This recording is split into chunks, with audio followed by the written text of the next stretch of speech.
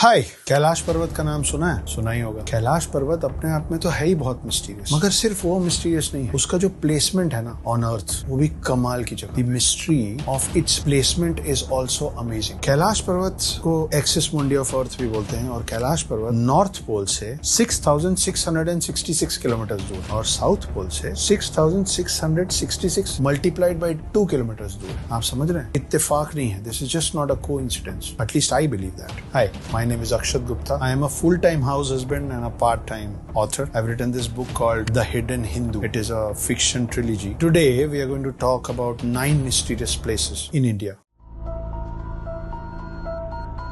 अभी मैंने आपको 9 में से एक तो बता दिया है, Kailash Parvat, but we will go a little more deeper into what Kailash Parvat है। बहुत सारे लोगों ने कैलाश पर्वत के बारे में बहुत सारी बातें सुनी हुई हैं। मैं कोशिश करूंगा कि मैं आपको कुछ नई चीजें बताऊं, जैसे कि कैलाश पर्वत में जाने वाले लोगों का एक्सपीरियंस कुछ ऐसा रहा है कि वहां जाने वाले लोगों के नाखून और बाल 3 गुना तेजी से बढ़ते हैं। फॉर एग्जाम्पल, अगर आपका एक हफ्ते में आपके नेल्स बढ़ते हैं तो वहां पे 2-3 दिन के अंदर वो पोजिशन आ जाता है आपके नेल्स का। और लोगों का ऐसा भी मानना है कि वहां जाने वाले लोगों का एज भी तेजी से बढ़ता है। सो वी व्हेन गो और reach Kailash Parvat, we start ageing faster. Science के पास इस बात का कोई पुख्ता जवाब नहीं। शायद ये एक और रीजन है बहुत सारे कैलाश की मिस्ट्रीज के बीच में, जिसकी वजह से हम लोग माउंट एवरेस्ट तो चढ़ पाए, जो कि कैलाश पर्वत से भी ऊंचा है, मगर कैलाश पर्वत कोई नहीं चढ़ पाता। सेकंड, मानसरोवर लेक का नाम सुना है? आई एम श्योर सुना होगा। मानसरोवर लगभग सबने सुना है। कैलाश पर्वत के फुटहिल पे है, शांत पानी। It is a lake as every other lake is, मगर it is on the highest of altitudes on earth. Mansarovar lake के बिल्कुल पास में एक और लेक जिसके बारे में कम लोगों को पता है, उसका नाम है राक्षस ताल। जो राक्षस ताल है उसका पानी खारा है, समंदर के पानी जैसा। आप इसको पी नहीं सकते, उसके आसपास में कोई वेजिटेशन नहीं होता है, उसके आसपास फूल पत्ती कुछ नहीं होती है, और राक्षस ताल में लगातार लहरें आती हैं। साइंस के पास अब तक इस बात का जवाब नहीं है कि एक ही क्लाइमेटिक कंडीशन में, एक ही ऑल्टीट्यूड में 2 अलग अलग लेक्स जिसका पानी, जिसकी तासीर, जिसका स्वभाव बिल्कुल अलग अलग है,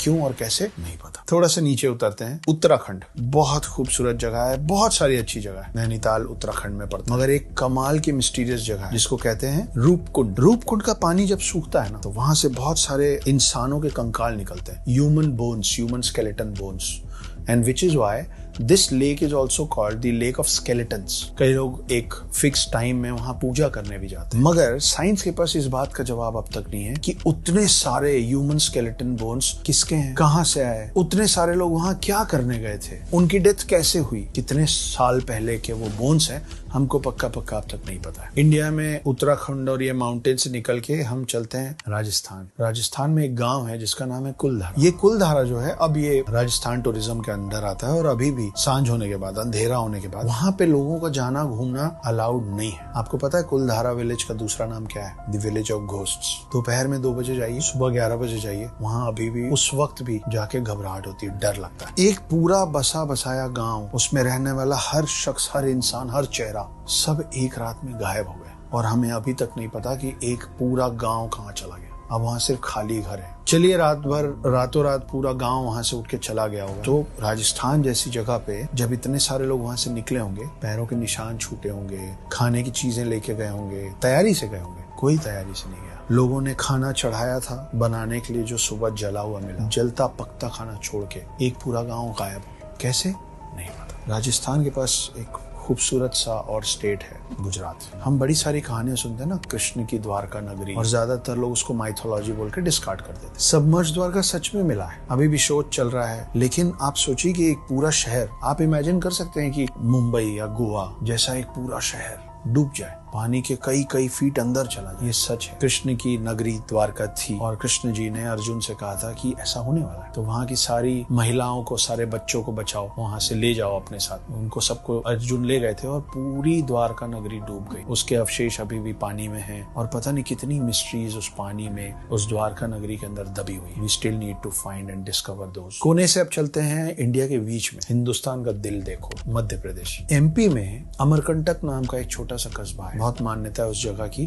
क्योंकि अमरकंटक से एक नदी का सृजन होता है। That is the origin point of a river called Narmada. हमारी कंट्री में ज्यादातर जो नदी है वो ऊपर से शुरू होते हैं, नीचे की तरफ बहती है, नॉर्थ टू साउथ, मगर नर्मदा को पाताल नदी पे कहते हैं, क्योंकि ये सेंटर से, इंडिया के बीच से निकलती है और ऊपर की तरफ बहती है। नॉर्थ की तरफ। थोड़ा और नीचे आते हैं, मध्य प्रदेश से नीचे एक और बहुत कमाल का स्टेट है महाराष्ट्र, जिसमें है मुंबई, मगर उसमें एक और शहर है जिसका नाम है औरंगाबाद, और औरंगाबाद के पास एक टेम्पल है जिसका नाम है एलोरा टेम्पल। किसने बनाया, क्यों बनाया, कैसे बनाया, साइंस के पास इन तीनों सवालों का जवाब नहीं है। कोई भी कंस्ट्रक्शन दुनिया में नीचे से बनता है, पहले प्लिंथ बनता है, फिर उसके ऊपर फ्लोर्स तैयार होते हैं। ये एक लौता ऐसा मंदिर है जो एक सिंगल ह्यूज रॉक से बनाया गया है और ऊपर से नीचे की तरफ बनाया गया। लोगों का ये भी मानना है कि इसको बनाने में कोई मॉडर्न साइंस यूज नहीं हुआ है, इसको सिर्फ छेनी और हथौड़ी से बनाया है। इन दो चीजों से कई साल में इस मंदिर को तैयार किया गया है, जो कि ऊपर से नीचे की तरफ बना है। इसमें बहुत सारे पिलर्स हैं, इसमें डोर्स हैं, इसमें बहुत सारे स्कल्पचर्स बने हुए, स्टैचूज बने हुए। कैसे बने,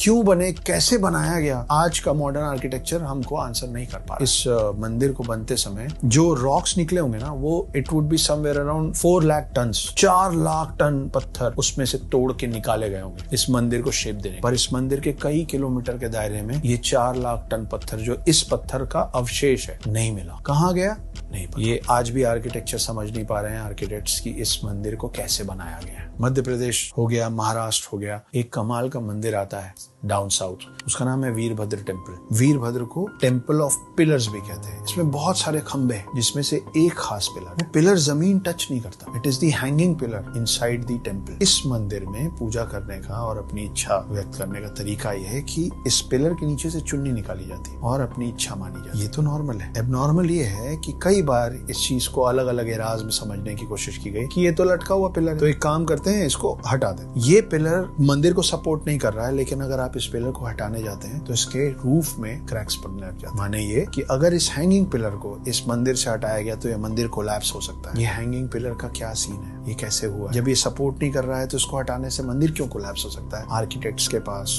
मॉडर्न इंजीनियरिंग के पास इसका जवाब फिलहाल अब तक नहीं। और आखिरी और सबसे इंटरेस्टिंग और मिस्टीरियस है, इस मंदिर का नाम है पद्मनाभ स्वामी टेम्पल। कई डोर्स हैं जो खोले जा चुके हैं, हर डोर के अंदर से बहुत सारा ज्वेलरी मिला है, अलग अलग समय का कॉइन्स मिले, एंशिएंट कॉइन्स, बहुत कुछ मिला है। मगर इनमें एक डोर है जिसको अब कोर्ट के लैंग्वेज में नाम दिया गया वॉल्ट बी का, जिसको कल्लारा डोर भी बोलते हैं। बहुत मिस्टीरियस डोर है। 2 स्लाइड्स हैं डोर के, दोनों में बहुत बड़े से 2 सांप बने हुए हैं फेसिंग ईच अदर। इसके ऊपर यक्षिणी का चेहरा है। इस दरवाजे की खासियत ये है कि इसमें कोई ताला नहीं है, इसकी कोई चाबी नहीं, कोई की होल नहीं है जिसमें डाल के हम उसको खोल सकें। For some reason supreme court ने उस दरवाजे को खोलने पे मनाही लगा रखी सालों से। कई लोग मानते हैं कि उसमें पूरी दुनिया की अथाह दौलत है, अगर वो खुल जाएगा तो हमसे ज्यादा रिच कोई नहीं होगा, ऐसा माना जाता है। मगर कई लोगों का ये भी मानना है कि अगर वो दरवाजा खुलेगा तो बहुत सारी आपदा और विपदा, बहुत सारे कैलामिटीज आएंगे इस कंट्री पे, और खास करके उस स्टेट में। जब जब उसको तोड़ने की कोशिश या पुश करने की कोशिश की गई है, ऐसे हादसे उस जगह के आसपास हिस्टोरिकल एविडेंस और राइटिंग्स में मिलते हैं। और कई लोगों का ये भी कहना है कि जब उस दरवाजे में हम कान लगाते हैं, पीछे से समंदर के लहरों की आवाज आती है। साइंस के पास इस बात का जवाब नहीं कि वो दरवाजा कैसे खुलेगा, और हमें नहीं पता कि उस दरवाजे के पीछे क्या है। मगर ये बहुत अजीब बात नहीं है कि एक दरवाजे के पीछे से किसी को समंदर के लहरों की आवाज आ रही है। These were the 9 mysterious places of India। बहुत सारे लोग इन 9 मिस्टीरियस प्लेसेस की मिस्ट्रीज का आंसर्स ढूंढ रहे हैं। मुझे मिलेगा तो मैं आपको बताऊंगा। आपको जो इस बारे में और पता है मुझसे शेयर कीजिए। My name is Akshat Gupta. I am a full time house husband and a part time author. Try and read the hidden.